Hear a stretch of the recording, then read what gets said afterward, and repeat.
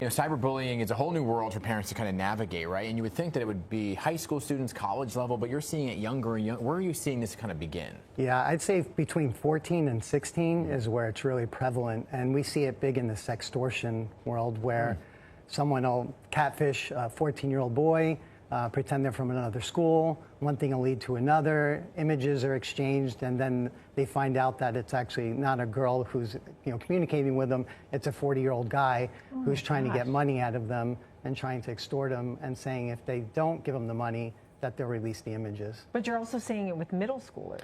Middle school, big time, yeah. Wow. So that's a big thing we always tell people is, especially like for juniors and seniors, where you might send an inappropriate photo of yourself to the person you're dating at the time, thinking it will never get out, and then it does. And once it hits the internet, it lives there forever. Yeah. So we always tell parents, always make sure you know what your kids are doing online, especially on their phones. Yeah, here in New York, they just implemented a new law that does not allow cell phones in the classroom during the school day. Yeah. Do you think that helps at all? I don't. I commend it. It's great that they're doing something at least, but kids are very smart. They've gotten very technically astute over the years. So even if they're not doing it in class, I guarantee you they're doing it when they're outside of class, whenever they're in the bathroom or anywhere else where they can use their phones. Yeah, a lot happens on the phone after hours, right? Absolutely. It's a long time between dismissal and the next morning when you got to turn it in. Yeah. But as a parent, I guess where do you begin that conversation, right? Because it's not an easy conversation to have when it comes to cyberbullying, and it's a new world for parents as they continue to navigate it.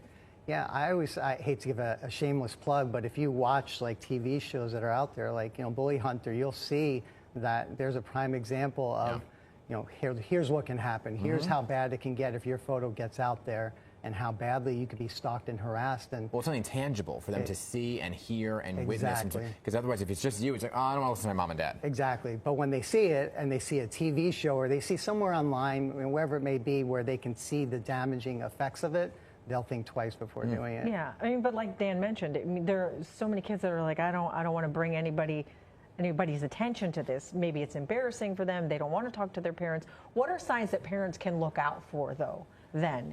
That possibly their child is I would say the most important piece of advice I could give any parent is always know the traffic that is coming in and out of your house on your network. Not to sound like a nerd, but if you go on your router, on your home network, you go to 192.168.1.1 on your browser, and you log in, and you'll be able to see all the traffic where your kids are going to, every bit and byte of data. So you'll know the websites they're going to. You'll know if they have multiple Facebook accounts that you weren't aware of.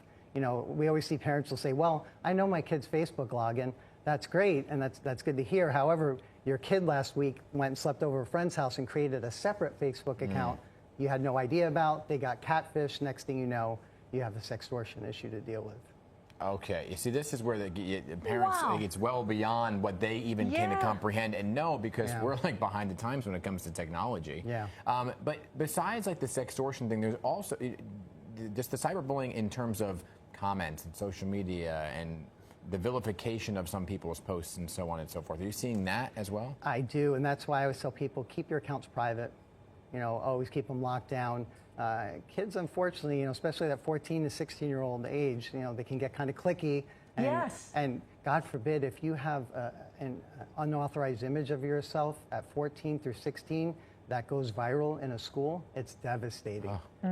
Very devastating. What kind of protections can we as parents put in place, though, to protect our kids from cyberbullying?